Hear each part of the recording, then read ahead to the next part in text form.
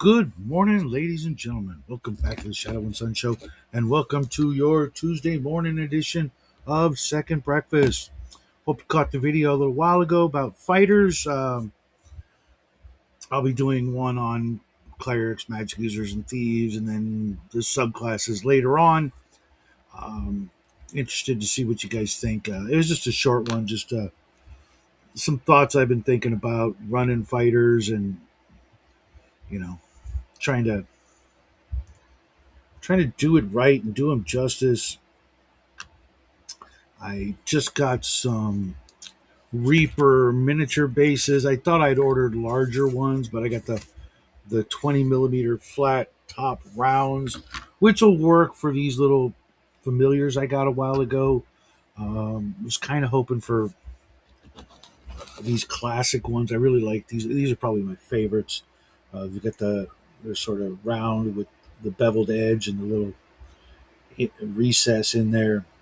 They just look a little classier to me, but I got some of those coming in later on this week, so I can get that other stuff based. A lot of the minis I get from Reaper, they don't come with a base, and they think that sort of thing works. And I guess for once upon a time, it doesn't. They won't fit on the 25 millimeters. They're a little wider, and I don't really want to go something like this for this. I mean, it would allow me to really dress it up, throw some pumpkins and stuff on there. Maybe I might do that with this guy because he is going to be the general of my pumpkin army. He's starting to look pretty good. A lot of earth tones. I'm digging it. I'm not sure exactly how I'm going to do his scythe. I'm saving it for last.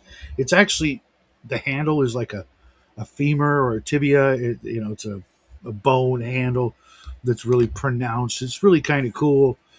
And I think I have another scarecrow besides this guy. I've got a scarecrow like this is the scarecrow from the Wizard of Oz, steampunk Wizard of Oz set. He'll make an appearance in that army as well as, like I said, I've got some sort of pumpkin patch, the Great Pumpkin or something. I don't know. I was thinking of actually looking around this holiday season for something about the size of a grape for the Great Pumpkin. Give him some arms and have him floating up off the base, sort of hovering, Charlie Brown style. Make him some sort of artillery piece or something like that. But that's for the most part what I'm doing. I've got a couple of things I knocked off my shelf or my table here.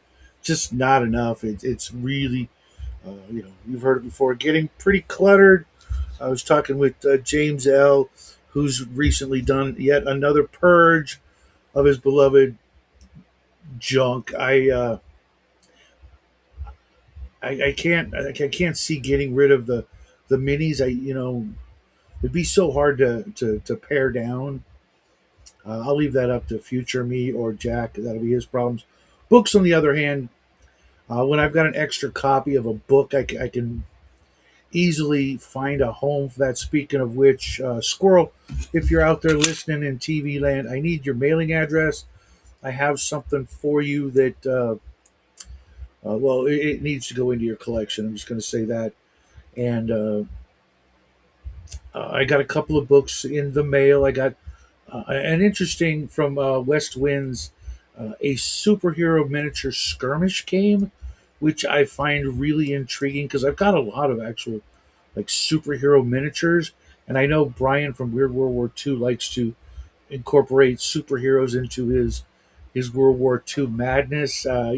Having Captain America fight along some of the GIs, and a tank or two against some sort of Cthulhu spawn, call it. I find that very, very interesting, and with a more superhero themed situation, I can see really kind of getting into that.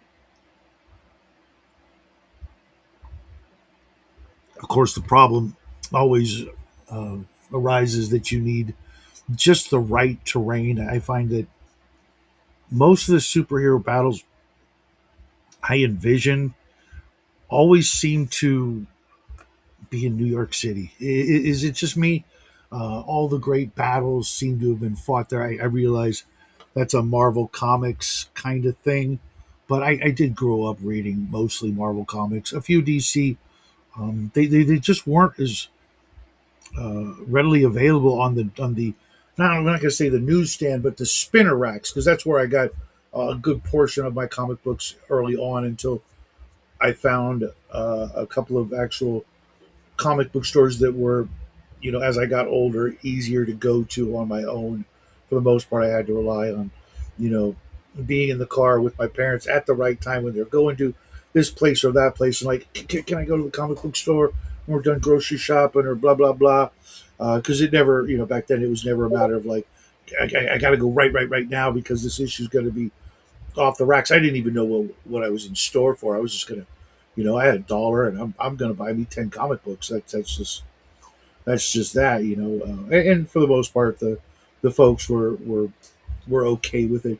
We had this great comic book store, the Land of Ooze and Oz, just absolute perfection. Really nice, clean, not quite sterile, but just it almost had the feel of being like in a museum. It was so clean, and there were so many glass cases and amazing pieces of artwork on the walls, framed behind glass. The original pages before they were, sent off to the printer or the scanner or however they did that back in the day. I remember these classic pictures or pages from Werewolf by Night with Moon Knight and some Daredevil. I was never a big Daredevil fan, but just seeing those big old Bristol boards up there, it's just like, oh, one of these days, man. I actually want to look into that and see if I can't find a few choice pieces of original art to add to the collection. You guys remember anything like that? Going to the stores and seeing, literally one of a kind pieces of comic book history. Nowadays, it's probably really hard and really, really expensive to get those. And I was, again, reading something that James L. sent me with the AI data centers buying up books and then, cutting off the covers to make them easier to scan. And I was just like, oh my God.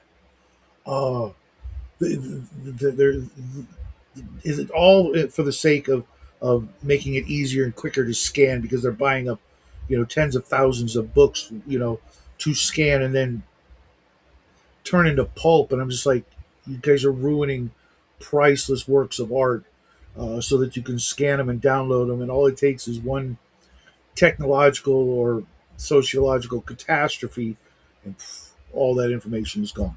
Obviously, a fire or an earthquake or a flood could destroy them as well. But I find those sorts of calamities are not not as high on the probability list. All it takes is a power surge, a glitch in the system, so to speak, and poof, all those books are gone. That's one reason why I will never get rid of all of my books. Um, I was telling James I want my own wing of the Library of Congress, the Shadow Wing. This is all his private collection. You can go in and peruse as long as you leave your Cheeto stains at home and your Hershey covered fingers. Oh man, back in the day, that would just drive me up a wall. My players, not wiping their hands before paging through the player's handbook or what have you. But nowadays, with online gaming and dealing with actual grown ups who know a little bit better, that's less likely to happen. But even with loaning the books downstairs to the kids, I've made it clear, hey, do not touch the books unless you wipe your hands first. You want your grubby fingerprints all over my reprinted copy of the player's handbook. Um, but yeah, so how you guys doing? the heat getting to you yet? It's pretty damn hot here. And I was talking to somebody, I forget who. My nephew. We're not even halfway, right? Or yeah, I think what maybe a third of the way, something like that, before we can start looking forward toward fall. Death Angels was giving me a hard time yesterday. Halloween 6 months away. I'm like, no, no. The Halloween season starts officially for me September 1st. I'm like, it's back to school time, or at least it was for us. We went back to school in September, right? I remember because it would be you knew it was back to school time uh, because it would be raining. That first week, it would rain every day. I live in California, and it would rain every single day of the first week of school just to like hammer home the fact that you got to go back to school. This is going to suck, and it really didn't. Looking back, and I can see why Jackie actually enjoys school so much. You get to hang out with your friends, even if you're doing something you don't like. In class, you're still, for the most part. What? I heard my name. Is that why you have multiple backups of electronic files? What's a backup file? You know me. I'm a luddite. I have PDFs,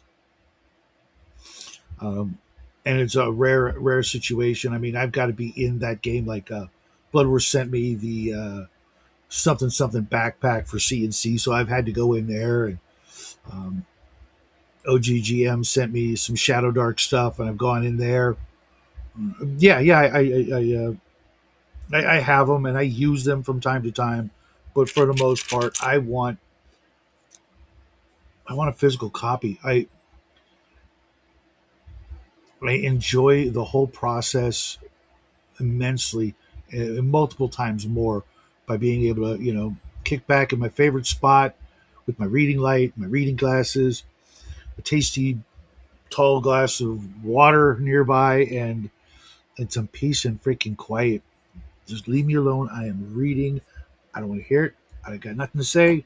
Leave me the frick alone, and I will enjoy the hell out of that book so much more, and the information contained therein, if I've actually got it in my hands. My PDFs and my tablets and stuff like that are kind of like emergency backups, and in a lot of cases, there's like I think John Longshore over on Fritz's channel sent me a crap ton of Traveler PDFs, and I opened them. I checked to make sure they were good, looked at the table of contents to see what exactly was in them, and proceeded to quickly, completely forget all about them. Mark from Mark's Genre Mixer also sent me something that I absolutely loved. It was another Troll Lord Games. I forget the name of it, but it was a uh, like a space opera game that's supposed to come out in a revised format sometime soon, but I don't even remember the name of it, so I don't have to look for it. But I know that I read it and went like, this looks like a lot of fun. This is full on like Flash Gordon Star Wars, but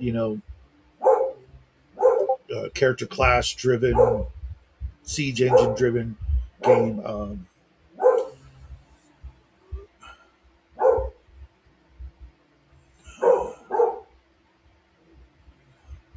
Bad News says, I remember going back to school a few days before Labor Day. All we did was get our schedules, books, lockers, and meet the teachers.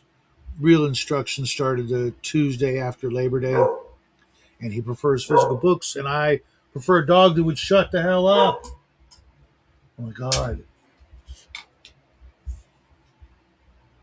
And it's too early for the mail, so it's just somebody going to work, and he's like, hey, what are you doing? I see you, therefore I must bark at you. I won't both. I want both physical and PDF. I use PDF to look up and say wear and tear during play, but I read physical for enjoyment. Right. As you notice, Omen, I rarely pull out the books during a game. If I'm running AD&D, I kind of don't need to. I use the DM screen more than anything else for the very specific numbers, things like that. What's up, Dean? Me too, Omanal. I use the PDFs for research. That's about it. They're no good for reading, for enjoyment. Heck, I printed out 32-page PDF yesterday for Hyperborea. Well, good for you. Speaking of Hyperborea, I happened to be on Discord kind of late, just checking my messages, sort of thing. I saw DM James and Cold Iron were there, just you know, yakking up a storm. So I barged in and um, made a mess of the place, and we had a nice long discussion. And James is fine, just doing other stuff, playing a lot of Conan Exiles, I guess. Cool. Um, I haven't seen any of the gameplay for that game, so I have no idea how fun it might be. I'm sure it is a lot of fun, but I just really don't have that kind of time to dedicate to a video game like they do. And to be honest, I kind of got burnt out on the whole online sort of playing with your buddies kind of game. It's just like I'd rather be playing a. Hey, what's up, Cold Iron? Speak of the reprobate. Just kind of prefer just to zone out on my own on a video game, or if I'm online, let's play a role playing game. Uh, let's do something a little more memorable. I find that, well, all the video games I've ever played, I I really can't tell you what the hell happened. Of a few, obviously Knights of the Old Republic and the original Fantasy Star, and maybe even a couple of the Final Fantasy games. But I, for the life of me, really couldn't tell you like the story of any of the others. Who is in chat? I bet it's Dean. I was right. Hey, Dean, how you doing, man? Hello. And Conan Exile is an RPG with survival elements, Okay. and I don't. And it's one of the games you sink. Sorry, it's one of those games you sink time into. So yeah, that's probably Yeah, why you haven't seen James in a bit. yeah, that's something I just I can't do, man. I just don't have the time in my schedule. I feel you. I quit them all. The occasional mobile game, but that's it. Yeah. Um, I play a lot of solitaire when I'm like doing something or going somewhere, and I'm just thoroughly, Sorry. not really bored, but I can feel my brain kind of like, get mushy. And I found that playing solitaire, because I just recently learned how, and I'm doing pretty good at it, I guess. Um, it just like starts activating a certain part of the brain. It sort of wakes me up, and especially like before a show like now, I didn't do it this morning. I was a little behind, but before like a live stream or before a game when I'm as a player, like in Bubba's game yesterday or Bubba's game later So today, Shadow, I'll yo I think what you're thinking of is what people call the Zen state, where like you have a focus, where like you're not overwhelmed, but you're stimulated, and it wakes you up, so to speak, or it keeps you mm-hmm. energized. That's probably what you're feeling when you're playing solitaire. Yeah, and I could feel like my brain like thinking in a different way so that it like sort of gets me like focused on the game and any other activity like before a show. So I'm like running on like at least three out of the four cylinders. Owen says Witcher 3 is fantastic. Have you ever played Conan Solitaire? Oh, yeah, it's called reading the original Gnome Press books. They're fantastic. I highly recommend it. Oh wait, that's a it's. I mean, you could probably find PDFs of them, but my collection, of which I actually have one extra, so that's going to be on the giveaway list. But that's like $150 book, so they're not going to be giving that one away willy nilly. But it is the 6 book set, even in the shitty condition with mine. Every one of the slip covers is like chipped and raggedy, is still worth of. It's probably $1,000. Excuse me, $1,500 set of books, just because they're so freaking old and hard to find. Uh, and I would say Witcher 3, I like the game. I like playing it through once. But I always thought like it's best to see it as an action adventure game as opposed to an RPG. Because you are basically playing Geralt, you're not like playing a fluid character. And a lot of the stories are very, yes, there are multiple choices, but it is very, how should we say, So a story. solitaire, Conan Solitaire is a real game. Hearts or potions, diamonds or weapons. You just pulling my leg. Hey Janet, how you doing? Sorry to hear about your troubles.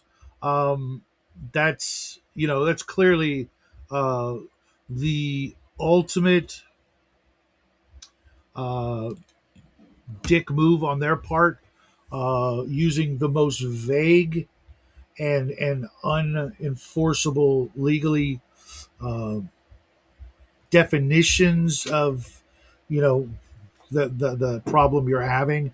That's just nowhere else in the world would that fly. You know what I mean? But on a situation like that, holy crap, that's just messed up. And I hope you can fix that real soon, because yeah, that's just fucked up. But I hope everything else is peachy and going well for Is you. it a YouTube thing or? It kind of, yeah. Okay. I don't want to say too much because I don't know if it would hurt her cause. You know, it's so weird. Yeah. The way things are these days. Because you don't see that in every walk of life, or uh, every situation. Legally happened last month. Yeah, right. Exactly. I mean, literally, at any time, it's like the ultimate, uh, kick you out card.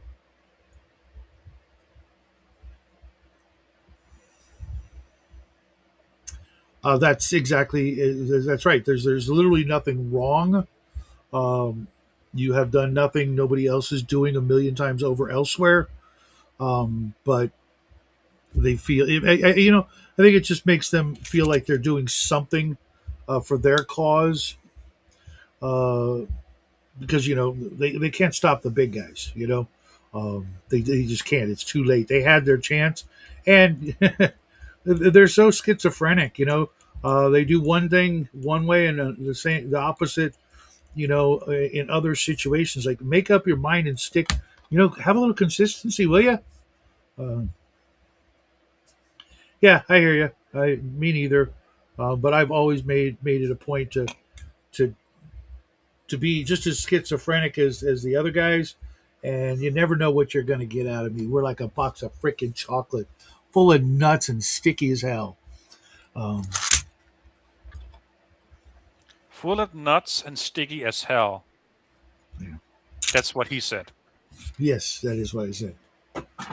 Oh, I've got this trash can like right out of here, and I have become like the freaking ninja of this room. I can make almost anything land in it without even like but I got stuff in the way. I can't see it, but that noise you heard was a piece of cardboard And landing yes, I did hear it. right where it belongs. Every once in a while I'll miss, and I hit the dog, and he's like, "What the hell did I do?" He looks at me, he just walks out all in a huff. He actually I does mean, that. that is fair. Because, like, what did he do? Well, I mean, he's just him. He's just he has this noise he makes. It literally he goes right, and it literally means I don't like that, or screw you. You know what I mean? He does it in the most. It's literally language. He literally is saying something because he could just like growl, but no, he's got this sound like he just like macked on a big pile of potato chips. It's Yeah. sound, and he doesn't do it for anything positive. Yeah. It's I mean, some people also make like a or a click sound. I forgot how you make the click sound, but like something like that. Yeah. To do something like the same, like I don't like that, or you're full of shit, or I'm gonna ignore what you just it's said. kind of like tisk tisk. Yeah. I think it's the shortened version of that. But that's literally like what he does.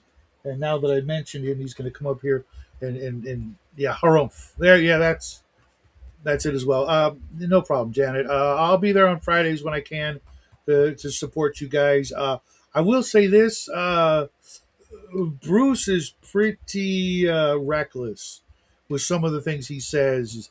Um, you know, just saying he should be a little more careful, especially on your channel.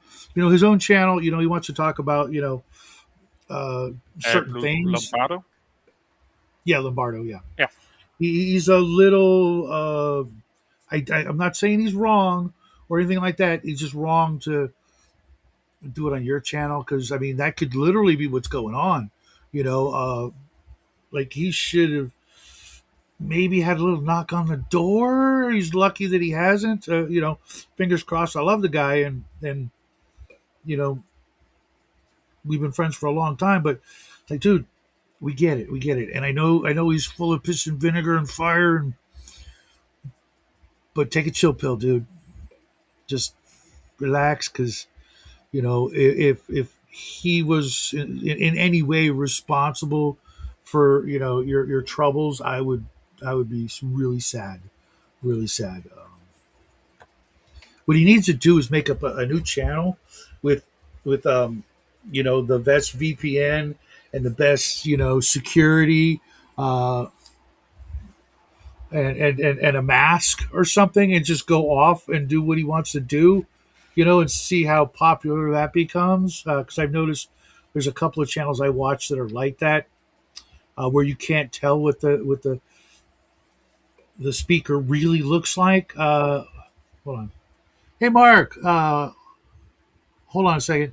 Uh, I've had some of my videos taken down, not the Friday night show, but the ones where we talked about the coof a while back, and they let you know that's the reason why this time they didn't give me any reason. Yeah, probably because it's you know just a chicken shit. Really, that's weird. That's really really weird. I don't know. Probably, I'm thinking about five my time for the discussion on Gilgamesh. Alban, you in on that Thursday night, 5 o'clock? I haven't even listened to the audio book yet. Last minute, Sam here. I can't imagine where my boy gets that from. But I honestly, I totally forgot because I hadn't heard from anybody. I should probably do like an announcement that we're going to do the Gilgamesh discussion. That's partially why I did this morning's fighter video. Who are we talking about? We're talking about Gilgamesh. I don't know who wrote it.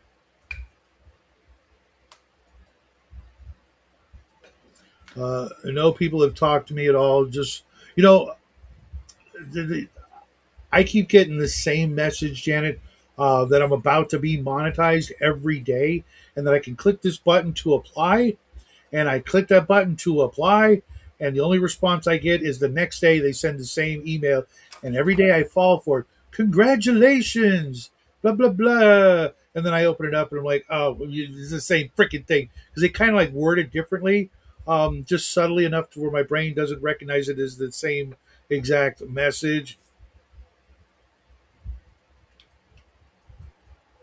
Um, it depends. Like if it's the Saturday show, or maybe even here, sometimes we'll talk about stuff like that. But we try to keep it, on game topic or pop culture topics. But we're all friends, and eventually we're gonna say stuff. Especially like if something like really close to home. rears its ugly head, like when we have the fires. I'm going to talk about when I can see smoke on the other side of the mountain that's like 5 miles away. I'm gonna talk about the failures with our fire department. Um, yeah, I thought you actually need to get to 1,000 plus 4,000 hours within the year to be monetized. Now, maybe if you want to do like um, buy me a coffees and super chats and crap like that, you can do that at 500. I'm not doing that. I'm not begging for money. It's not about that. I've literally given away, given away more stuff than YouTube could pay me in 10 years. Uh, I don't always, make a big to do about the stuff I send out. 1,000 for AdSense, 500 is yes, yeah, okay, yeah. You just hang on to your money. You'll spend it better than I will. I'm just going to spend it on hookers and cocaine, or memberships and subs. Yeah, I'm not doing the Patreon thing either because I just don't have content to create. Like other channels where they're like, here's a free module, or here's a monster. I'll buy the book. Let me know when you got 100 of them. Put them in a book. I'll buy it. I'm not sending you money every month so you can have a job. So, what was your video earlier about? Something about forgotten rules about fighter. Yeah, the forgotten role. What's a fighter's Oh, job? What's a role. cleric's Okay, yeah. job? I'm going to do one for the four food groups and then move on to the subclasses. But I didn't want to go into cleric because I just talked about clerics on Monday. Um, and it's kind of obvious what the cleric's role is. I'm trying to think of what are the other things the cleric's supposed to be doing, and I figured it out, but I didn't want to back them. So I talked about fighters, and their job is, it's not to rush in, to combat. It's to hold the line. They create the formation, the shield wall. They have the higher armor class, the higher hit points. They stand there, and they are the rock that everybody hides behind. And everybody, the maybe the cleric will come up to the front or other fighters, but they hold the line, and their buddies can, sling rocks from overhead, shoot arrows, cast spells, cast buff spells on the fighter or whatever. The fighter you just stand there, and nothing gets past you. Running up to the monsters is fucking retarded. I see it every time. It's like, let them come to us. Do you have any buff spells? Do you have the ability to aim to get a bonus? Do you have the ability to prepare weapons and uh, you know what I mean? Yeah. Very funny, And Cole that Iron. is true, Coal Iron. Shadow doesn't like resurrections. He knows. When you if you've ever played a game with resurrections, even as written, there comes a point where if you get that far, which is a completely different topic. If you get that far, it happens all the damn time, and it makes like no sense to me. It's like, if they can do that willy nilly, why does anybody die? If your god can just go, oh yeah, that fourth level fighter, yeah, come on back, you're the next contestant. Why don't they just do it with everybody and no one ever dies? I They thought can it was do a it lot clearly. higher levels before you could resurrect someone. Yeah, you have to get to higher levels, but if the god can do it, then why isn't he doing it for the other NPC clerics and having that guy just resurrect every day? Every day someone comes back. He's got 1/7 level a day. Why not? Um, versus a game where nobody gets resurrected, the game feels more real. It feels more. There's more consequences, and there's more you know suspense and intensity. Yeah, we kind of said AD&D, and I'm glad to hear you're ready, Mark and Omen. I think we'll be joined by Dark Knight of Hibernia. Always a good guy to chat with as we talk about Gilgamesh. But I was thinking about Gilgamesh because I've read it before, and he's basically just a fighter, right? He's just that's his. If you had to pin him down, he's the fighter. Uh, Mark, yeah, that's his job. Excuse me, I'm trying to highlight your comment. To keep the wizard alive, to keep everybody alive. If he dies and everybody else lives, he did his job and he won. Because ultimately, his life is to be thrown away. Not thrown away, but to be given up willingly in the defense of everybody else. Because if he dies and they don't, then maybe in somebody else's game they can resurrect his ass, right? But he's the ultimate, most primal of heroes, and the original hero. All of the oldest stories of the big hero, just essentially just the big fighting man. And there's something very special about that, the willingness to put yourself in front of, between danger and your friends, your compatriots, your family, the tribe. At that level, they need it. Also, retirement is right around the corner for that character. Yeah, you would think, but retirement, most people would rather, just die than retire. It's weird. And then they realized they didn't die at 30, and now life sucks because they live like like they were supposed to die at 30. Mm. All I'm saying is, it's one of the spells that clerics dream of casting. The healer who not only heals but brings the fallen back. You can spin it however you want, but at least let them have it, man. Nope, nope. As far as I'm concerned, resurrect has only happened one time in human history, and that was JC, yeah, not the Didn't leader of the he? Sunshine Band. Didn't he revive Lazarus? Yeah, yeah, that's true. That's true. But that's it, and to me, that kind of power is not going into the hands of a character who's just going to throw his life away, in the next dumb session where he falls prey to a failed saving throw. What was the point? It has to come with an amount of plot armor that makes sense, because if I literally kill you the next day because you do something stupid and the dice do not fall in your favor, what was the point? Think about it, because I've seen it happen. I've literally watched characters die the next, not the next day, but like the next week. The same characters got resurrected, like a couple of them in one session. Okay, we're bringing them back. We got the money. Blah blah blah. Can you bring back, Fred and Charlie? Okay, next dungeon. Fred and Charlie die. Did the god not see that coming down the I mean, road? that goes back to you and everyone else have a different view on gods. You think all gods are omniscient, otherwise they're not gods. So you don't believe in smaller case gods. No, no, I do. But those guys can't do the resurrect. There's a somewhere it defines that only greater gods can do like this, can grant like the seventh level spells, because they themselves, if you look in their stat blocks, couldn't cast them. Therefore, they can't grant them. Like if you look in the deities book, it'll say like cleric, certain level. Well, if they're not high enough level to actually cast a seventh level spell themselves, then how can they do that?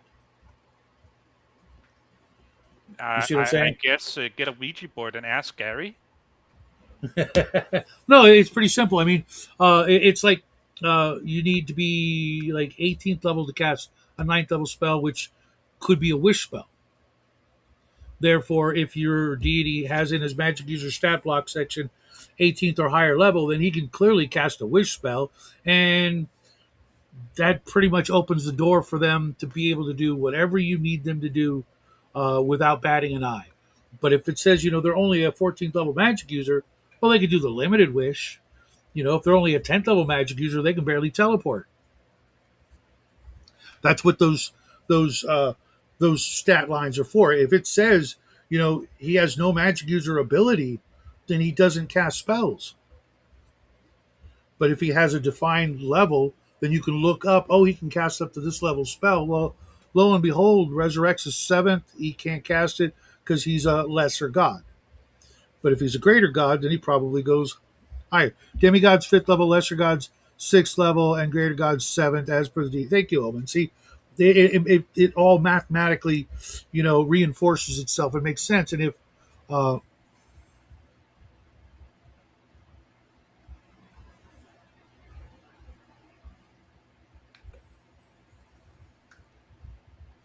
um, they're not all omniscient, I literally use the psionic disciplines thing. If they have, psionic levels to where they might have the precognition. It's like I forget what spell it is that lets you ask them yes or no questions. Uh, if they can answer those kind of questions, they probably have access to that kind of information. And if at the very least they would, have things in play and plans and schemes and minions working to those possibilities, it just makes it makes it seem dumb, because if you get resurrected and you die in the next, let's say, 30 days, and you do nothing serious, and the first time you go into the next dungeon or adventure and you die because of a failed die roll, there was no good that came from the wasting of that power.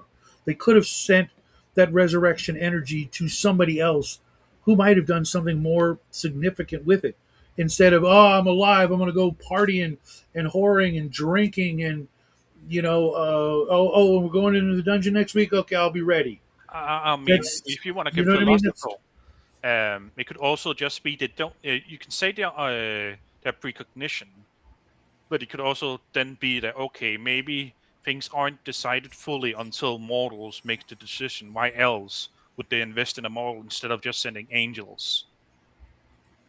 well, because they've got to, they're kind of fighting over the world, or the minds and hearts of the population, and they need those people to speak to their own kind, to spread the word, I guess.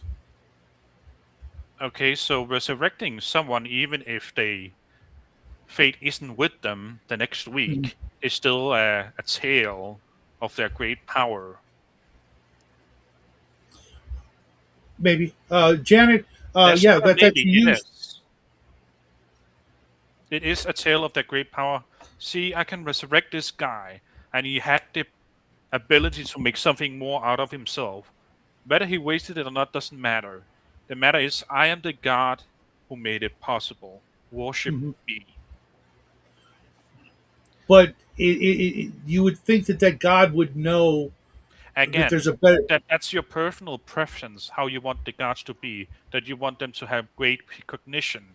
And you don't go into, okay, how is the future formed among actors who have free will? I suppose, but once you get to the point where you can cast a wish spell every day, and there's no consequence because you don't age, and the DM, as the god of the gods, let's say, or fate, can't really like screw over the wish because you're just arguing with yourself. You know what I mean? It's like, okay, the god for the last 500 years has wished every day that he would know this, or could do that, and just exponentially increases their power beyond what you could write down in stat blocks, because nobody thinks like, hey, Odin's been a greater god for 100 years, and it says here he can cast up to this level spell in these classes. What's he been doing? He's not just been you know fighting and fornicating in Valhalla. He's made plans. He's done things. He's got a 24 intelligence for a reason. He's not just, sitting back on his laurels and, feet, propped up on a chair getting fanned and fed grapes. Like Vic said, he's doing stuff. He might take some time off to do those things and enjoy the fruits of his labor, so to speak. But he's got to have made plans and done things to secure his power until the time of Ragnarok or some such. No, it's not my worldview. It's the math. Do the gods have power? Have they done nothing their whole lives as gods, and not like wish to be omniscient, wish to know their own fate, for the next year, the next month, whatever the wish spell will encompass. They have to have done things besides just the bare requirements. Like it says in the deities book, to become a god, you have to have stats above 18, blah blah blah. Gone on some quests, have a loyal band of worshippers. Yeah, you had to have done some things, and then once you're there, then what? You do powerful shit, and that powerful shit would be to know the future, to be able to withstand mighty blows and critical hits, and uh, to live forever and all these kinds of things. Or they're just the stat blocks, and they got to memorize their spells like everybody else, kind of thing. No, they're more than that. They're more than just the sum of their parts, and their previous history has got to account for something. And for me, that means plotting and planning and bending and breaking the laws of reality, because that's what gods do.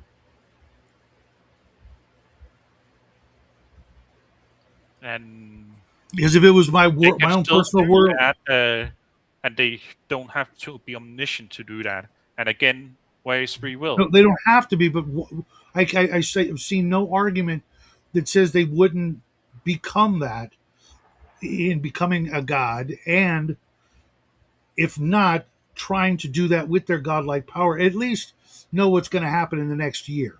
That's important. With their followers, with their church, with their chosen heroes. Because if it was a matter of me imposing my world view, there'd only be one God. Okay, that doesn't really work, Sean. If it was And that's not fine. my personal world It's view, no, just, it, I think it's it's taking just, the if you say they always cast a spell to know what's happening, and they know full well what's happening down to the letter, then there's no free will. um, free will, in my opinion, seems to be kind of a paradox at best. Because if the creator is omniscient, then he knows everything, and anytime he does or doesn't get involved, that's because he has chosen to do something I or mean, not. the way people usually explain that is, and now we're going into theology, is that God respect free will by not forcing you to make a decision. You can still live with the consequences, of course, and he can see all potential paths, but he only enforces the one you take. Mhm. So he can see you move all the chess pieces, but what you move is what he makes real, or what you decide to move is what he makes real. But there are also miracles where he steps in and changes shit. Yeah, and So that is usually to teach because us how. there's a chess piece or a thing that this thing needs to happen so this other thing can happen, or this one horrible thing is about to happen, and that's just not on the agenda for today. Yeah, cold iron. Those are kind of like like, for example, like a healing potion or a healing spell. Um, some of those could be just like a healing potion, for example. A healing potion could literally be a a chemical concoction that literally has no magic. It's all based on science, and it does what it does because the active ingredients and full of stem cells and nanites. Who knows, right? It doesn't have to be that to where that would be your argument would work. Otherwise there would be no magic. Problem is, gods would only resurrect a follower. Not there's definitely that. You know, there's way too much leeway in. Well, we need our we need our fighter back or our thief. I'm not resurrecting a thief. What are you kidding me? You know, but we Or need him. Blah, blah, blah. He was our yeah, I friend. have Yeah, well, he played. wasn't Okay, so mine. about that topic, I actually have a fun story, or at least an amusing one, and that is players. They went to like basically they didn't worship the gods that lot, even though they like, said, "Oh, we are part of that pantheon." Didn't invoke them, so forth. It didn't pay tithes. So when they went to one of the deities who is like lawful good, very strict and so forth, they didn't force them to worship them further or something like that. But they were told they had to pay double for the resurrection because you have not tied to any of our Mhm. brethren or sisters. Yeah, it's amazing how quick that money will just suddenly spring into existence from the player characters. Oh, well, I got these, 30, 10,000 gold piece gems in my pocket I've been saving for just this occasion. Cold Iron, don't they have to rest after a week after a wish spell? Not if they had wished, they never have to do that again. If you get 365 wishes a year or more, you'll understand how godlike a god could be at 18th level magic user ability, and that's just that. That doesn't take into account, having high level cleric ability or illusionist ability. And if they have illusionist ability, they get the alter reality spell at 14th level. At that point, they really are omniscient, and they don't have to be the cut and dried, stereotypical um, jokes that the old gods were. Okay, what if you create a whole new pantheon of your own? Do I have to model them after the Greek and Roman and Norse mythology to where they're just caricatures? Can I not actually have some powerful deities in my world that can do crap that here's the thing. Back in the day, and just a couple of weeks ago, we had that guy come on, where we just killed the gods. Yeah, because they were ran like that.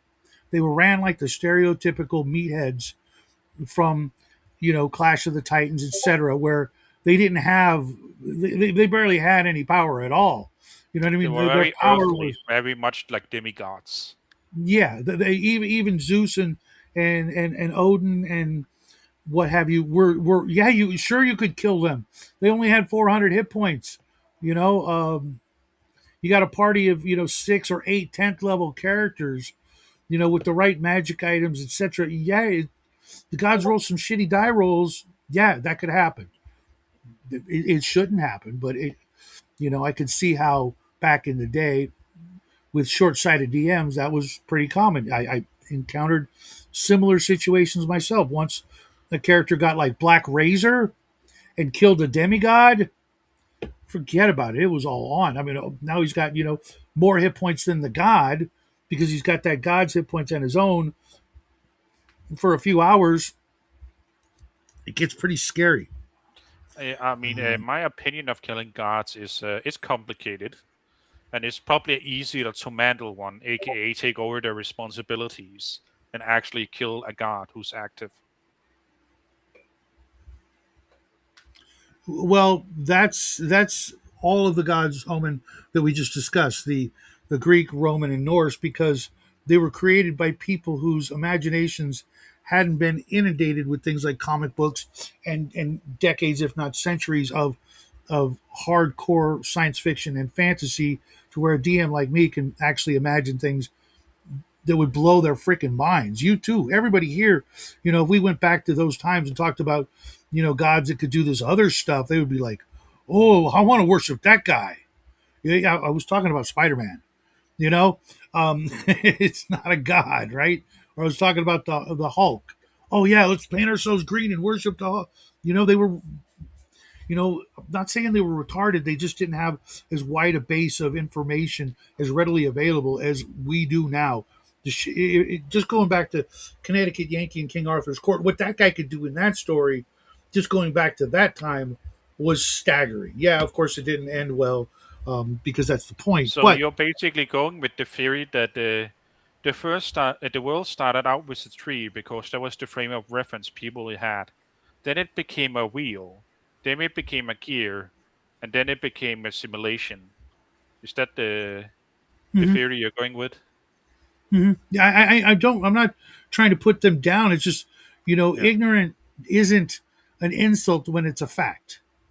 They were ignorant of the laws of physics as we've proven them to be and can prove them over and over again, in repeatable, provable. They believed things that were ridiculous because they didn't know any better.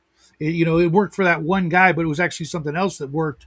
It wasn't the smearing of this or that on the wound. You know what I mean? It was some other factor in the equation, but they just chalked it up to let's do this because that seemed to work.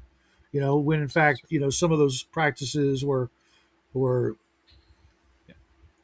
yeah, Shadow, you kind of my laundry is almost done, so I will have to put that in the dryer. okay. So I Free to will come and talk to go as you you want. later. All right, enjoy. Have a good day, man. Thank you. Reread your mythology, Greek, Norse, etc. Um, Omen, I've read it. I read it until I'm blue in the face. It bores the shit out of me. I want to make my own. Tolkien did it. Other people did it. I'm making my own. And if it's too powerful and too gonzo, I get that. It's not everybody's cup of tea, but I don't want it to be, old school deities and demigods. Freaking, they're just monsters to be slain when the player characters, you know, are feeling frisky. The gods all tired from creating the world and are slumbering, leaving demigods and angels to run everything.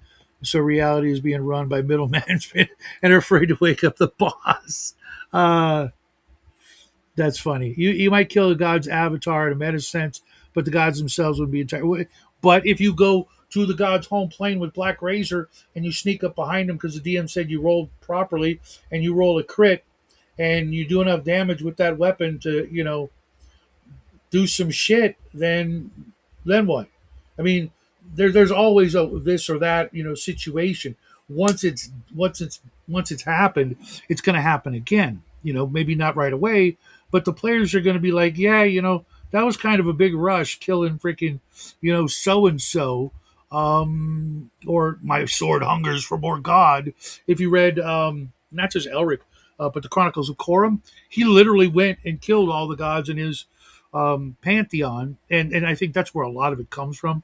Most people don't like to admit it or remember having read that, but the hell, there's even a god in the deities and demigods called the Assassin of the Gods. So players get a hold of that book and they're like, "Well, hey, I got some of those levels met. Maybe that's the next adventure. Maybe that's my route to godhood." Even deities points out stats are entirely earthly avatars.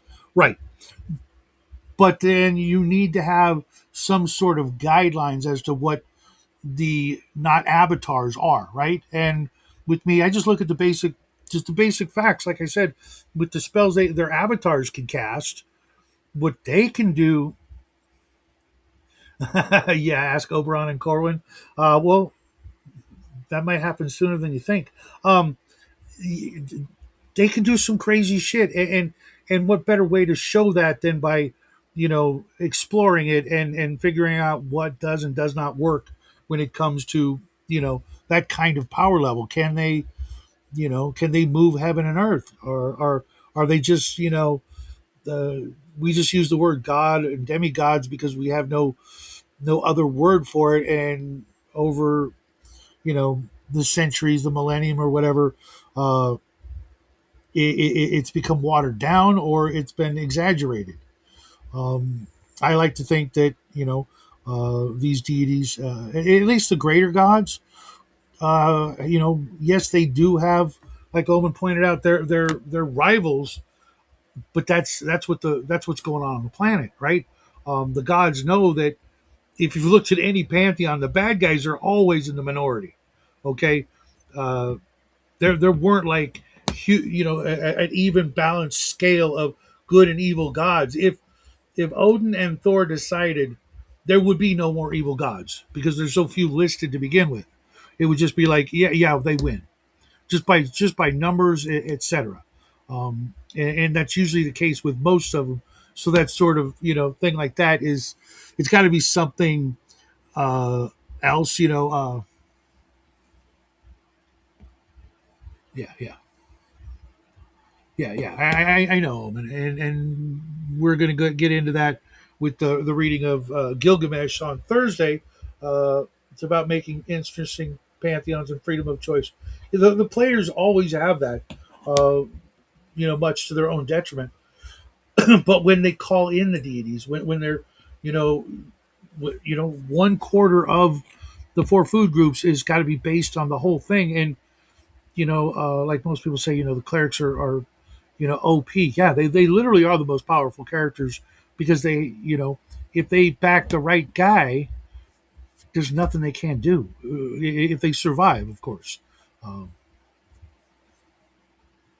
my players always, have that even when they, like what's his name, thought I was trying to, get you to go one way. Like, I honestly have no clue where this is going, and I don't really care. We'll see what happens. But once you go down and decide a certain course of action, it's kind of my job to, kind of stat out and draw up, what's there. If you're going to go in the barn, I got to know what's in the barn before you. But that doesn't mean I'm going to make the barn, teleport you to freaking Mount Doom instead, because I want you to freaking destroy the ring already. You guys hung on to those cursed magic items for a long time before you finally, got rid of them, including that potion last week. That was, oh man, that would have been messed up if he had used that on his mom. Oh boy, that would have been fucked up. He's still not going to talk to me for a week after that. Um, yeah, Armstrong's character's mother died in a horrible, horrible way. Not the worst way, but just some sort of malady took her, but right before his eyes, and before she died, she wanted to kill him. Yes, gods fought over things like titans, demons, and said that outnumbered them. Sure, and there's a lot. Norse had giants, but they still had you know the nuclear options, as it were. There was it, because their imaginations. Uh,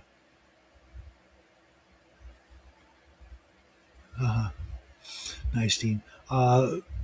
You gotta you got as much as we revere these stories and these things, we have to recognize they had very limited imaginations. Uh, hell, creating these mythos or mythologies and things were relatively a new thing.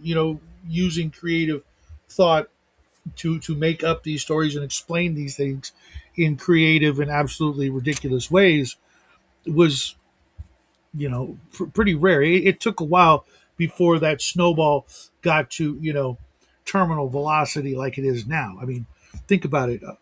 Within the last 100 or so years, we went from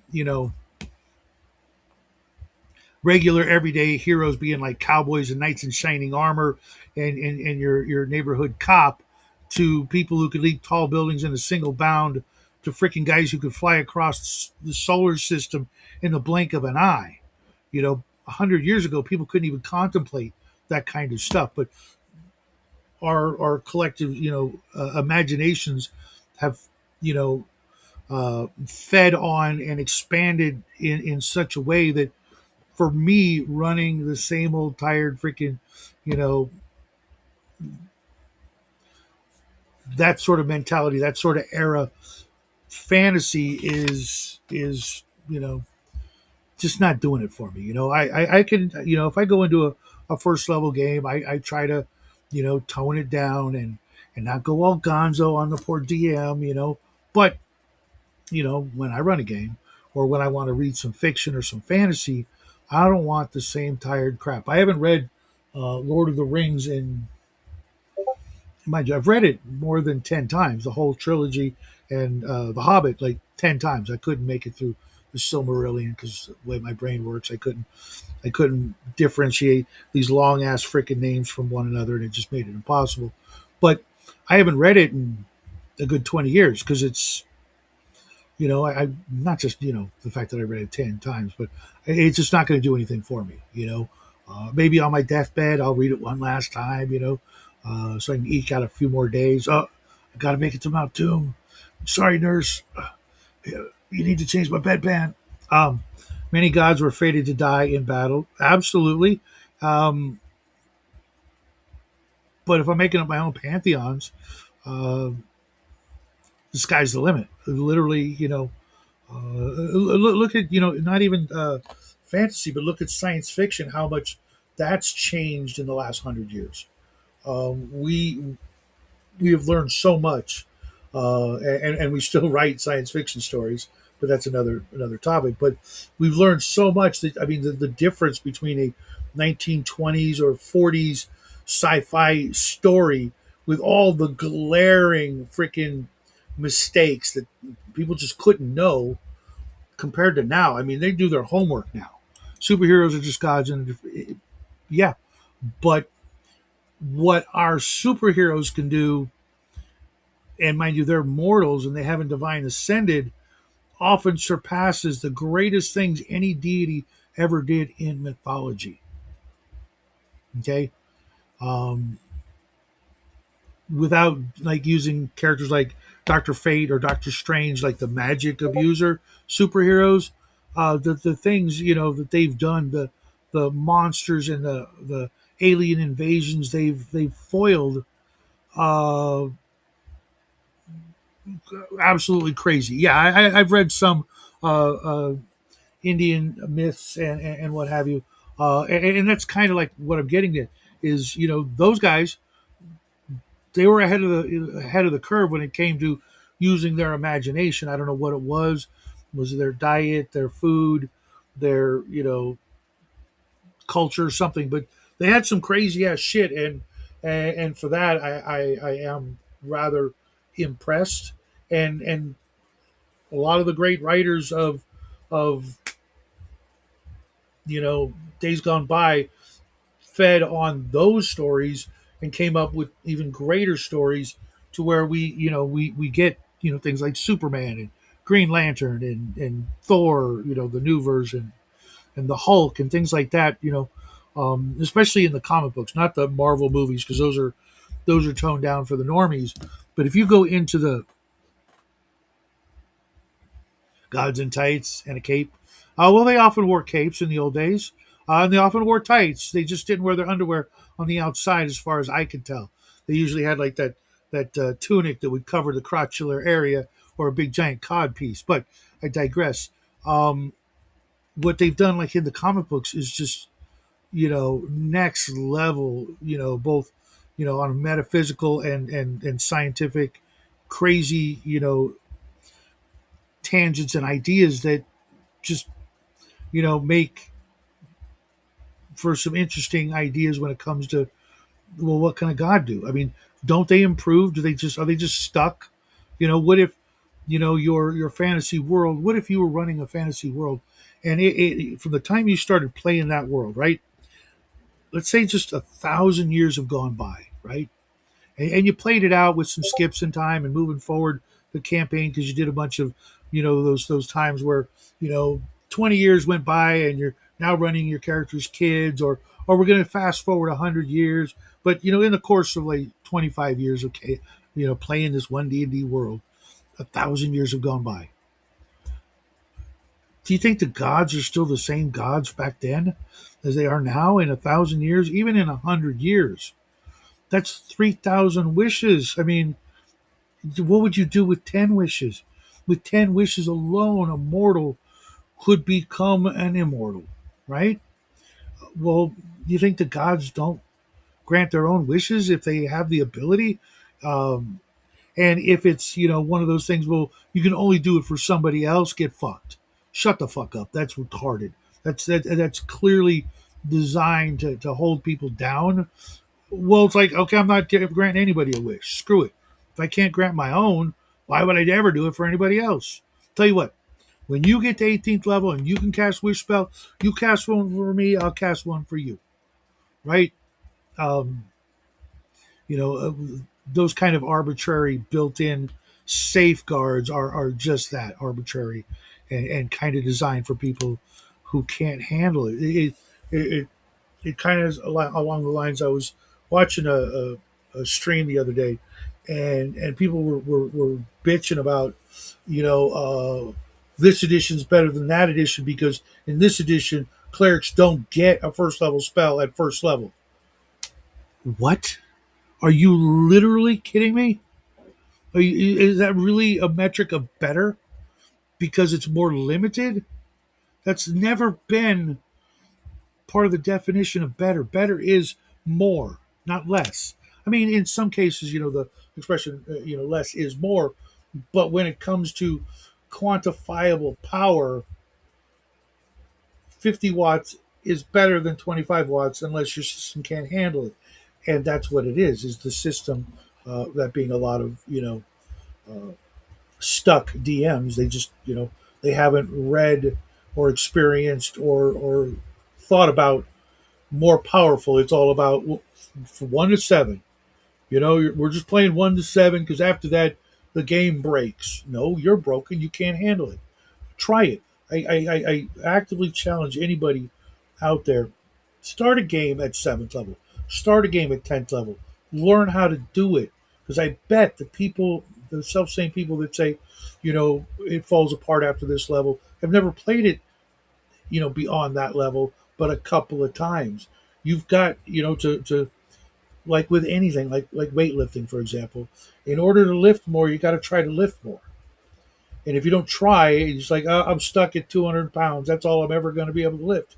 Well, that's you saying that, not the system saying it. The human body can lift extraordinary amounts of weight if it pushes itself. But it starts up here. You've got to practice. You've got to try it. You've got to experiment with the next level and beyond. You've got to, do your homework. Try it out.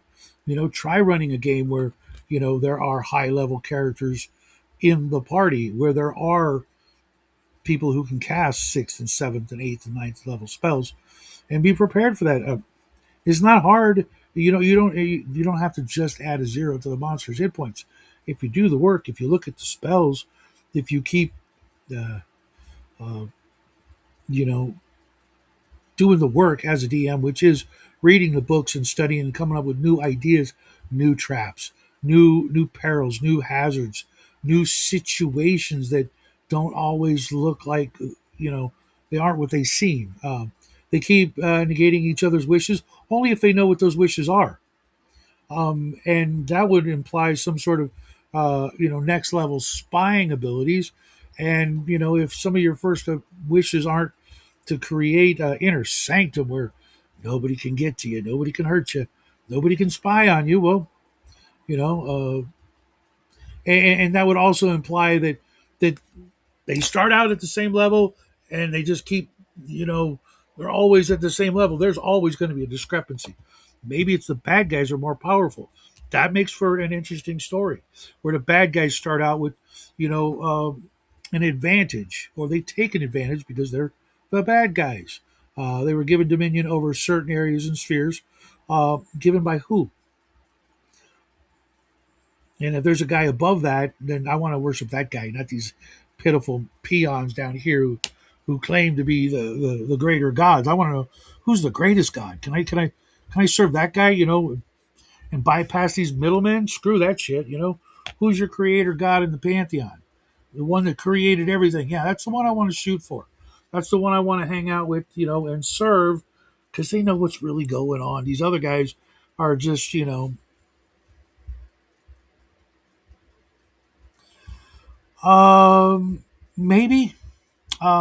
But I can think of some games, in certain contexts where they don't. And you know, that's kind of the fun, isn't it? To push it, to push our imagination, to push it to the limit. If we find out that, yeah, doing 50 die fireballs is kind of broken, okay, well, let's find a place to use them anyways. Or what are you going to do? Take them all? They're boring to you, but you're one guy, Omen. And if you haven't noticed, the entire world practically goes to see the Marvel comic universe movies, because they're exciting. They're like the next level, the mythology of, kind of our era, and we need that. We clearly, as a species, need heroes and villains and ways to stretch our imagination. Otherwise, we stagnate and we revert back to a dark age that I don't want to have any part of. I want to see us doing the crazy shit, provided some ethics and morals and values and principles are kept intact and not thrown to the wayside as so many people would have us do. What's up, Coochie? What are thoughts of the Nemesis system where the bad guys grow in level with the characters? Maybe one minion escapes with his life and grows and levels up and seeks vengeance. I don't know what the Nemesis system is. Send me a link or something, or spell out the game and game company. I'll take a look. I have been toying with some ideas of that real dark world where the bad guys are winning. Um, but it's got to be done right, because if it's too much, then you end up with death in space, and the only way to succeed or walk away with your soul still intact is to never roll up a character. Just say, yeah, no, I'm not doing that. Honestly, if I were to ever burn a book, that would be one of the first books to go in the pile. As it is, I'm pretty sure the toxic fumes that would emanate from that thing would probably kill any of the local wildlife. But that's the goal, is to keep pushing. If something breaks, it can be fixed. If a system can't handle this or that, you find a way to make it handle it. You coax it, you tweak it, you oil it, you grease it, whatever it takes. One way or another, you can fix it. And if you can't fix it, maybe somebody else can. And that's kind of what I'm shooting for, is to push those boundaries. And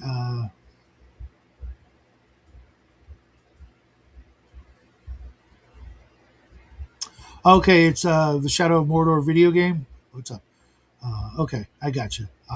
I watched it play, and I didn't. A friend of mine was playing it a while back, and I didn't see the mechanics behind behind the action scenes, if it were, as it were. What are you doing, Vic? Nerdy. There's always been a god of weather, crops, war, home, and everything else. What about modern days? A god of technology, mechanics, things that we have in modern days. And I actually had a greater god in one of my campaigns, the god of uh, time, space, and technology. I think it was. Um, kind of similar to Ta from the Egyptian mythos, opener of the ways. I believe that was his moniker, as it were.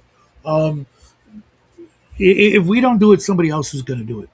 There are tens of thousands of sci-fi and fantasy novels written every day, and the next generation that comes after us, or the one after that, they're going to be doing all this stuff. They're going to be looking back on, yeah, I want some. I want more. I want more than that old timey togas and fur and horns kind of mythology. I want something sparkly, something chrome, something shiny, something beyond all of that, and they're going to do it. I'm hopefully a little ahead of the curve when it comes to that, and I'll be the guy they're looking back like, hey, that shadow guy, he knew what was up, man, back in the day. It's not going to happen, but guys got to have a goal and a dream. Um, Man thought of what the gods are. That doesn't mean they were correct. Well, not only that, doesn't mean they existed. They were obviously wrong, or they were backing some really weak candidates. Because last time I checked, there's not a lot of churches to Thor and Odin here in California. A place you'd think that would be rife for that. Maybe in other places, little out of the way places, people still do that, but people also put the elf on the shelf and think it's real. So shiny and chrome, yeah, why not? The god of internet arguments, spray paint cans, fire. Uh, yeah, I actually, speaking of minis, because we haven't done that all day, I finished Dagoth. I put them together. Let's see if you can get in there. It's fucking just, oh, I cannot wait to bring this guy. In my mind, it's not Dagoth the Defiler. It's actually Von Stark from my God Wars campaign in the game. Cal and Omen are in the god of the vampires, who may or may not have survived um, in the present day. Up on his icy skull throne. And then I'm going to start dry brushing this guy, who I was picturing as actually what's his name, Rykon, the dark elf vampire hunter, but he didn't make it. So gonna have to be somebody else, and it's not the new his replacement because his replacement's a her, and this is clearly not a her. Um, the land of sins have forsaken the old gods. Yeah, but I don't know that they ever existed. There's no reason to believe it if they were defeated so easily by the things the other religions that sprang up afterwards, the monotheistic religions that came afterwards, so to speak, um, kind of streamlined all that crap and bulldozed it over. I recently picked up the Alien role playing game by Free League. I'm excited to run it one day. Kuchi, our good friend Omen here, ran us through Chariot of the Gods. Is that what it was called? Uh, on my Saturday night show, you can check it out in the catalog, as it were. We had a lot of fun. It was grim. It was dark. It was ugly, uh, and in the end, we all died. Just I guess as it's meant to be. Um, I'm not sure what you mean. Anyone could be brought back. I really don't see Thor and Odin or Loki, maybe Loki, um, you know, coming back. You know what I mean? I just don't see it. I think they're more likely to create new, horrific, more despicable godlings and things. Years from now, the Druids know the old ways. Yeah, but the Druids, I really don't picture them like they have like a kind of a weird pantheon, right? It's like made up of elemental lords and gods of other things, that are more ambiguous and more or less defined. The god of the wind or the god of the ocean. They probably don't even have like real names. You know what I mean? Uh, I don't know. It's just it's weird. It's a good thing it hasn't really. You're talking about the recently. Yeah, yeah. The uh, uh, you know, uh, pour one out for Mako at least. Rykon was interesting NPC, but die rolls are die rolls. You're gonna take 70 points of freaking damage right to the chest, and you don't have 70 points left. Um, and you go below -10, or in Omen's case, probably below -25, there's not much left, but a mop might get what's left up. That's about it. You know, just shop back that guy's remains up, and you know you got a thermos handy. We can put him in that. Um, but I'm interested. I'm very very curious to see what Omen's new character is going to be like. Uh, I was actually. Oh, okay. Sorry, I'm slow. I've been doing this for. I didn't get like the proper sleep last night. I was talking to somebody. I don't know about you guys, but this waking up in the middle of the night crap is for the birds. I know like guys, we all at one point or another, we got to wake up to pee, but and it's only like once, but just it seems like just that break in the 8 hours that I want to get is just kicking my ass. I just want a solid eight, just 8 hours of complete unconsciousness. Can I get that? Is there something I can take? Is there an injection, a shot, a pill? Just 8 hours, and I know it's mostly my fault because I went off my Lent thing, where I was trying to get to bed before midnight, and now it's creeping back up to 12:30, 1 o'clock. In our game, I'm at 12 level 13 because of an ion stone. Yeah, you're cruising up into unearthed arcana territory. I'm real proud of you. Oh, I mean, Cal Cal's character, Owen too, but he's dead now. Was like a one man wrecking show. Get magnesium powder from Dr. Berg. Everybody's telling me about this Dr. Berg guy. Get mag.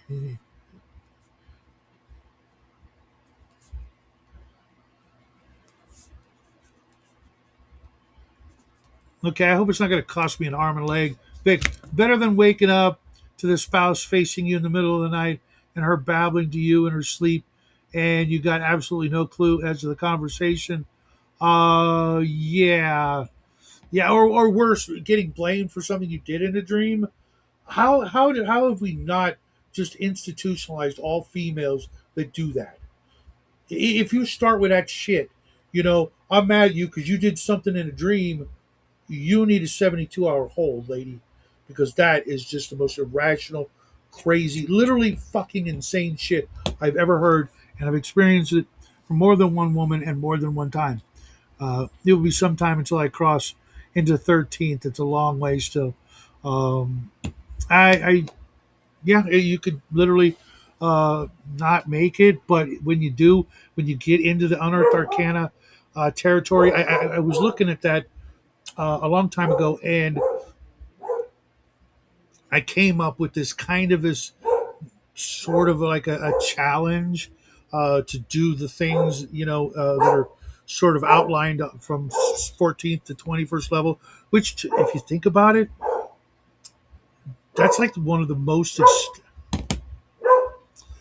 extensive character sections uh, uh, in all of AD&D. Of all the characters, the druid literally got the most love when it came to what they can do, like the new abilities they gain. Um, Everybody else pales in comparison. If you start making it into the 15th, 17th, 18th level, which should be insanely rare and difficult, if you get there and you do that, the elemental walking abilities and all the other things that go along with those levels are really freaking amazing. Vic, want to sleep at night? I know a natural cure for sleep. Whoa! Sour juice concentrate a night for a week, and I guarantee you will sleep. Uh,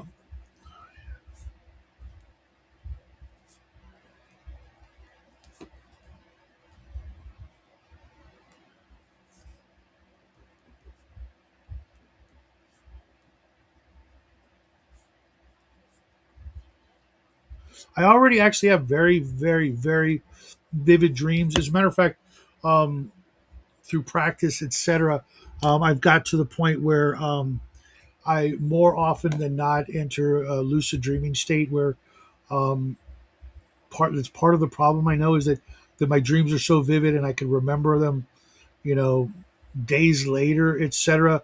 That it's almost like not really being asleep. Um, and maybe that's part of the problem is that once I get into that state that I'm very active and not sure my body is unconscious and unmoving, etc. But and they're always dumb. Do you guys have those just dumb dreams that make no sense? There's no value dealing with people and places and things that don't exist or could never have happened or whatever. It's just a mix of just complete chaotic, random, mundane, normal, not even like exciting shit, or scary shit. I would gladly take a couple of nightmares. I think I've had like 3 or 4 nightmares in my whole life, and I'm almost 60. That's like once every 20 years I get a scary dream. Oh, that's why I um, kind of baffled when people talk about like reoccurring dreams and nightmares, and I'm like, yeah, it's just That ain't part of my built-in, workings. I don't. I have this irrational fear that my wife would not listen, respond, or follow instructions. That is not an irrational fear. That is a fact of life, my friend. I hate to be that guy, but worry about you being the Stan Smith from American Dad, that you're the one who freaks out. That would be my fear, that I can't decide, because like if there was a fire or some really big emergency where we got to evacuate, I'm not. I'm just like, I guess I'm gonna burn because I don't know what to freaking save and whatnot. Everybody, get in the car, take these things with you, and that extra space that would be taken by my body. Here, put this box there, and these rifles, etc. Because I don't want to be responsible for things popping off and taking out a fireman. You just got to ask why. Say, I'll tell you when we're done and if we make it through this. Otherwise, right now, you need to shut up, take orders, do what I say, and live to see another day. Unfortunately, my wife doesn't even ask why. She's just like, she'll start crying, or why do you got to talk to me like that with that tone of voice? I'm like, it's the same tone of voice I use. You just don't like what you're hearing. Once I started paying bills, working a job, doing adult stuff, my nightmares couldn't compete. uh, that's pretty funny, dude. Um, yeah, that would be that would be my downfall. If I kick the bucket, it's going to be freaking like arguing with National Guard, saying I ain't leaving, screw you, and then stuff happens. Where am I going to go?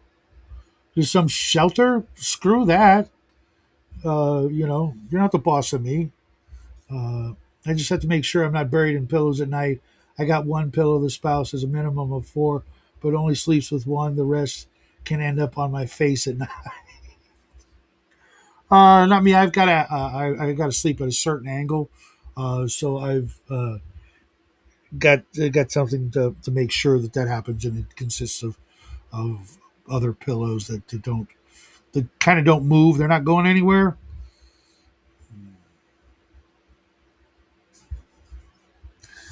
Yeah, but yeah, we've got a lot of pillows here, a lot more than we need. We should donate to the underprivileged. I swear we've got a couch downstairs that's got no less than 10 pillows on it. It's like you can't sit on the couch. There's so many damn pillows.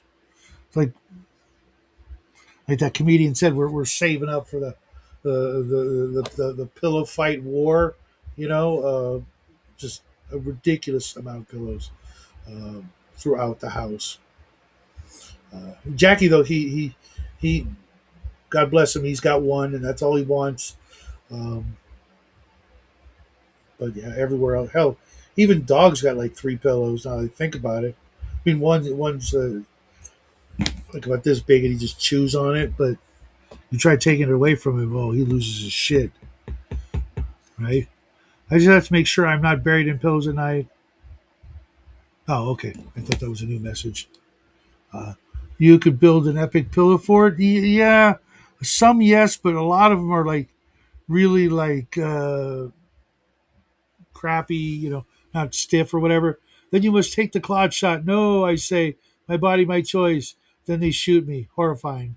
Yeah, well, I mean, I got to go somehow, and if it's standing up to those kind of mandates that aren't laws, I'm okay with that. I didn't take the shot. Jackie didn't take the shot, and we turned out just fine. You know, the horror stories that we've heard and will continue to hear for a generation because of that. Most of us won't, because we'll be too old and worm poop. But our kids, our grandkids, etc., are gonna, you know, They're going to be talking about it and dealing with it for a very, very long time. I uh, I did what I could for the wife, to ease her anxiety and stuff.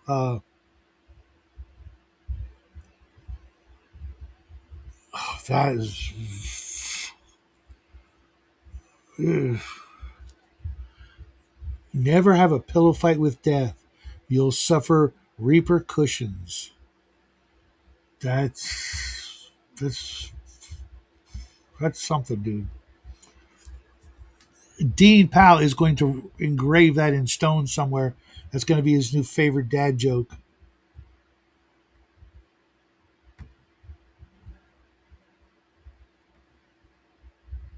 We have too many pillows. Also, my wife has random crap that sticks me in the back scratcher, massage, Theraguns, and uh, A-tips all over the place. Shit is so annoying. And God forbid I say anything. Yeah, I'm never fine. I shut up that way. Oh, Q-tips. Yeah,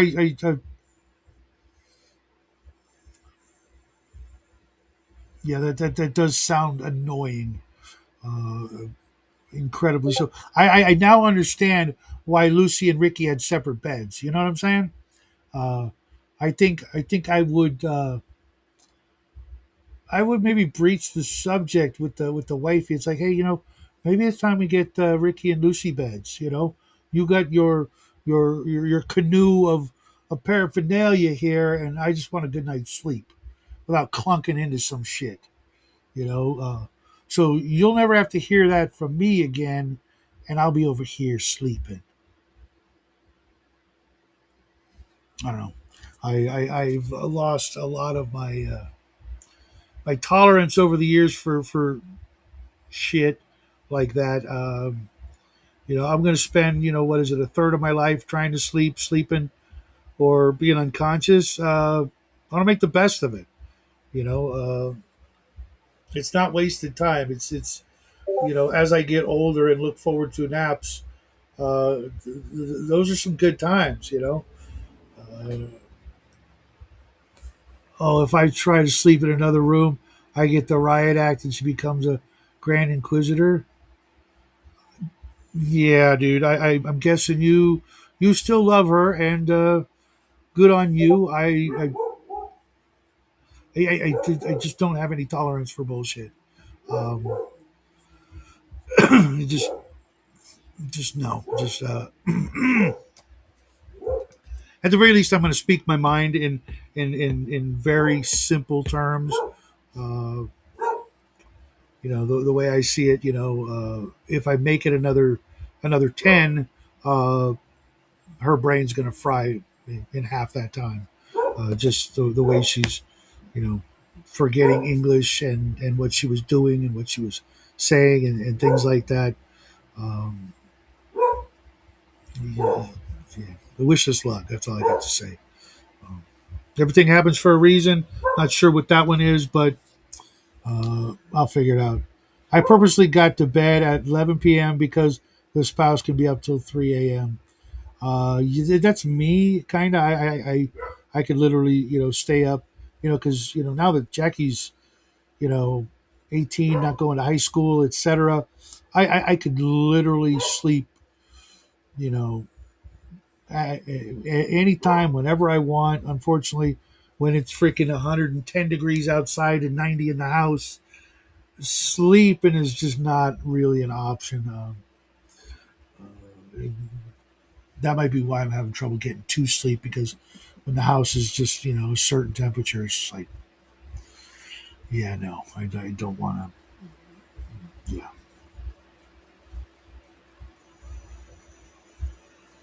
but yeah, it's rough, man. I wish you guys luck with your spousal issues. They all work themselves out, even if they mean a horrible separation or that sort of thing, which I find uh, really weird. When people have been together, like 50, 60 years, and then they get a divorce. I'm like, you're just one stubborn cuss, aren't you? You wanted your way on this stupid little thing, and you can't get it, so you're just gonna, you know, just throw it all away on, leaving the toothpaste cap off. I mean, come on, seriously. Uh, she gets on my ass about gaming. How is everyone else's spouse and gaming? My night is normally Friday, but she is slowly encroached. Yeah, it was. I tried to explain. I tried to include her in the early days on what I was doing, and no wanted no part of it. It's too fantastical. Too just she comes from Mexico, and they're one of their big pastimes is uh, the stick ball cup. And their biggest board game is called Lottery, which is just uh, the cheesiest knockoff version of Candyland you ever did see, and there's no skill whatsoever. I mean, literally, you could teach a chicken to play. You have no choice but whether or not you're going to play or not. You roll a die, you move, and you read what's on the spot you landed on. Oh, go back 3 squares. Big surprise. Oh, someone won. Wow, great strategy. Just the dumbest, freaking most puerile thing I've ever seen. And they act like it's freaking 3D chess against a grandmaster. Just so you know, Shadow, I hate editing. 139 pages, have been through it 5 times, still finding minor crap. Yeah, I totally understand when I go through some of Miguel's stuff. Um, you know, and I find little mistakes. I don't even want to tell him because it's like now I'm going to want to buy the next edition because it's been fixed. Oh wait, there's another mistake. There's another error. Even if it's a tiny little spelling. But I recently heard something. If you leave those in, people will know it's not AI. So there's that. You can put the little no AI woke freaking stupid shit on your product and say, hey, no AI. Yeah, well, it's good for you, but your relic of a game in the future will be highly prized because of that. But in the meantime, uh, how's it selling? Have you sold 1,000 copies yet? Get back to me when you have. Mine says it's too complex, and her ADH keeps participating. But we have been binging the Alien movies. So, hey, dude, if she hasn't found gaming by now, I'm assuming you're in your 30s, 40s, or 50s. It's not gonna happen. The desire for information, the quest for knowledge has to be a built-in part of her programming. Otherwise, it's just not going to happen. I realized 15 or so years ago when the only book my wife had read in that time, and we've been together like about 10 years, was like the Princess Di autobiography. And even then, she didn't finish it. And she had it for years. I'm like, do you understand that in the time you've owned that book, I have read 500? No. Yeah. Yeah. I go through about a book a day. Especially back then, I would read a paperback book every day, and still have time to read my Player's Handbook, Monster Manual, whatever game book I was working on. But like consistently, a paperback book every single freaking day. And she read one, and that kind of, and there's nothing wrong with that. A lot of people are not into book reading. Maybe they get a lot of information, like Jackie. He's read about 5 books. But the videos and other things that he absorbs, for him it works.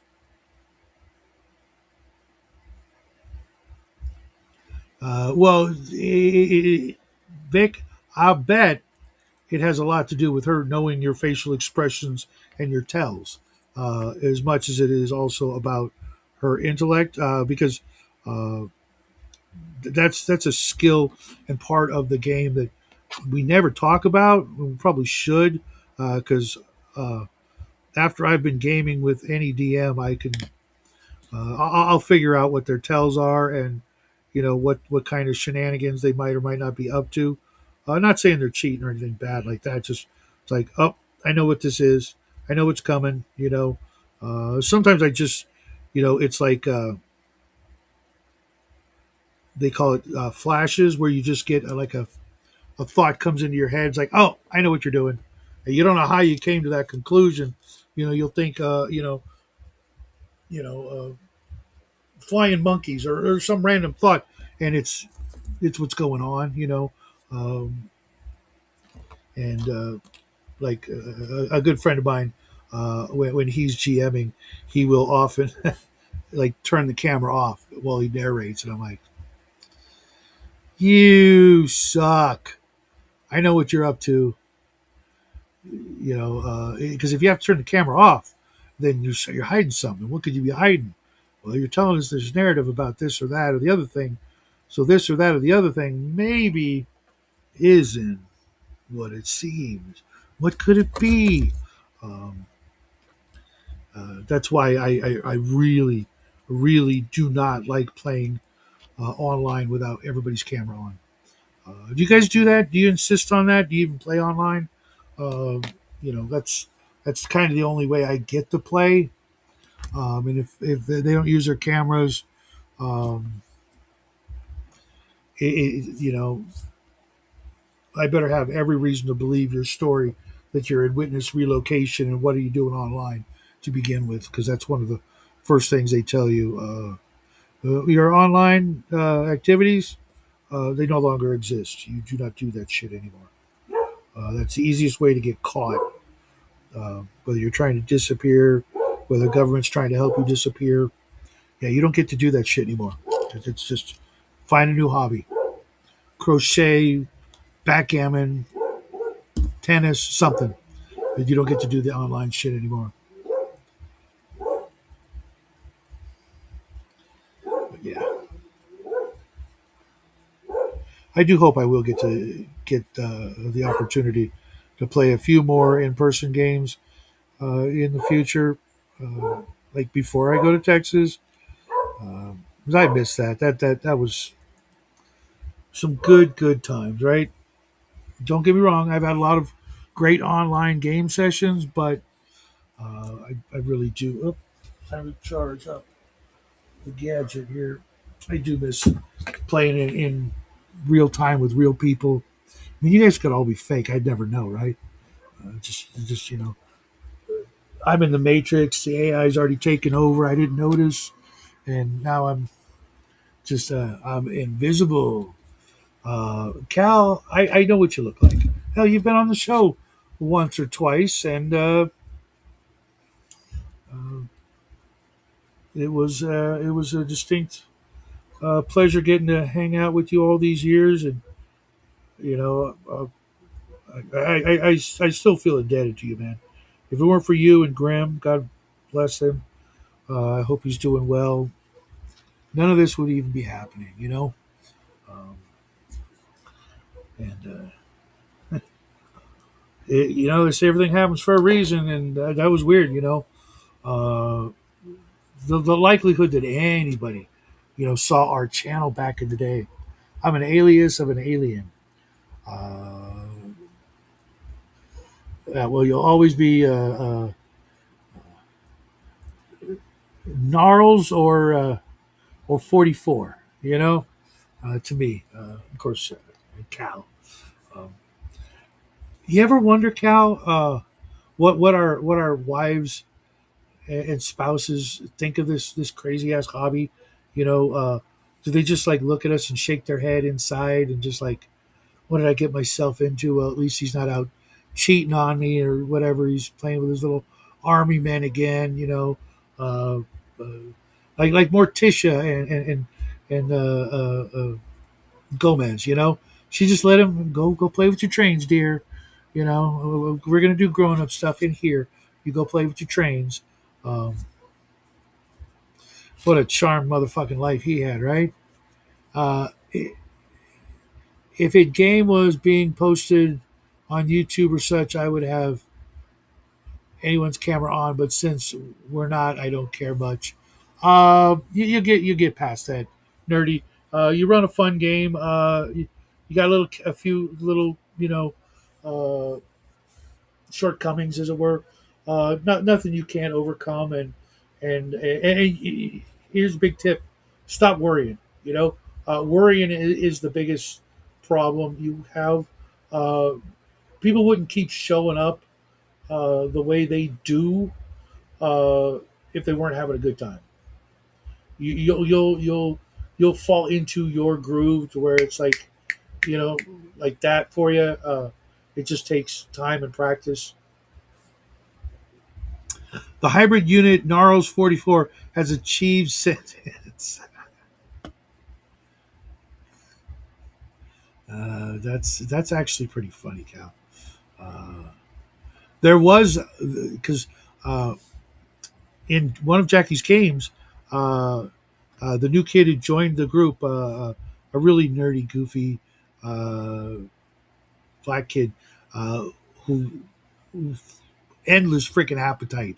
It's like I need a fair warning before he shows up next time. I got to order him like a whole pizza just unto himself. It's like they clearly don't feed him, and he's super hyper spastic, but he's a joy to have at the table.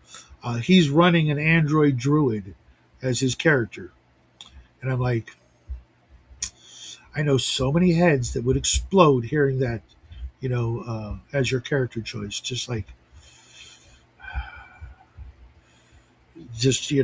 does not compute is the first thing I think that they're thinking, but I think it absolutely does compute and could absolutely work in the right setting. It would be hysterical, and I want to run one now. Yeah, I'm trying. I'm still a new GM. You will get there. I mean, you're already there. You're a GM. Okay, you've taken on the mantle. Just because maybe you're only first or third level doesn't mean you're not one. Uh, what the fuck? An android druid. Yeah, Vic, get with the times, man. Where you been? I had in another game. Mike Dimart was playing a magic user android who's also programmed with some medical skills, and it was like, yeah, I can picture all of that.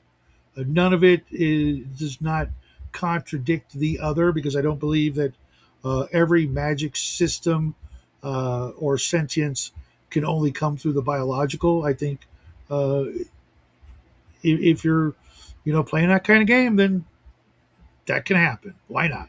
And it sounds like a lot of fun, doesn't it? Sounds like that movie that came out a few years ago, especially like an Android magic user, right? I mean, that would bypass like the some of the memorization issues. Like I never forget. How can I forget the spell? It's part of my core programming now. It's been written in permanently. You know, um, maybe their batteries need to charge up, but okay, they're not going to forget the spell. Hell, they may even be able to accomplish things like multiple spell castings at the same time, or weaving spells together by rewriting the program and combining them in strange new ways. That's like the time I had a guy ask me to play 5e and he wanted me to play a dwarf wizard. F that. Yeah, Vic, here's the thing. I totally agree with you, but at least 1 in 3 dwarf players like Fond, they love dwarves, kind of want to run one, kind of want it to be a thing. And the more of those people that are, you know, second/third edition on players versus the 1E and back players, they see no problem with everybody being anything. And we're going to have to get used to that, or, rail and yell at the clouds and tell the kids to get off our lawn. Uh, they want everything, and that's one thing I do uh, like about the younger generations, that they're a little more open minded about certain things and don't see that everything has to be the way Tolkien described it. because that's kind of where that comes from. Is that dwarves came across as something that they could never possibly be a wizard, but at the same time, I myself, it's like, yeah, I'll stick to that rule more out of tradition than thinking that they couldn't possibly overcome that. The only problem is if you're going to do that, you have to forego the plus on the saving throws that they get versus it because you have to open yourself up to it. You know what I mean? A dwarf wizard sounds normal compared to most other combos in 5e, says Cal. I love the love of the dwarves is not for length but girth. Sorry, I just can't. I guess you're stuck in your ways, and uh, let's be honest. It's something that comes with every human at a certain age point. I'm reminded of the story just the other day. Three teenagers tried to mug an old lady in the UK, and she kicked the crap out of them. Wasn't having it. It's like, no, you're not taking my money. Screw you. Whatever. She said probably not that, but just not giving in and not caving in, not acquiescing to things that go against her grain. Good for her. We're gonna find, or maybe not, because we'll be dead. But the kids of today and tomorrow, they're gonna be just like us when it's their turn. I'm just like my old man, as much as I don't want to be, and so are you, and so is everybody else, or their mom, or both. It's just the way it is. It's it's a feature, not a bug. All humans become just like their older relatives, one way or another. It's the way it is, and you can try to fight against it. I keep telling my son, uh, uh, "Nice, Cal. I'm getting ready to call it quits for the day as well. I will see you later on. Just remember, everybody gets old. Everybody becomes their moms and their dads, and to be honest, it's not really a bad thing. If you look at it as a bad thing, it's a bad thing. You should have a, you know, maybe make the best of it and try to embody the good things about them, the qualities that you actually do remember fondly, not the the horrible things that you may have experienced together or whatever. you know but that's what I got for you guys today. I am going to go do some people stuff, check the mail, and get ready for Bloodworth's game, and hopefully we won't have a repeat of last week's stuff. If you know, you know. If you don't, no worries. Uh, Love you guys. I'll see you real soon. Till then, happy trails.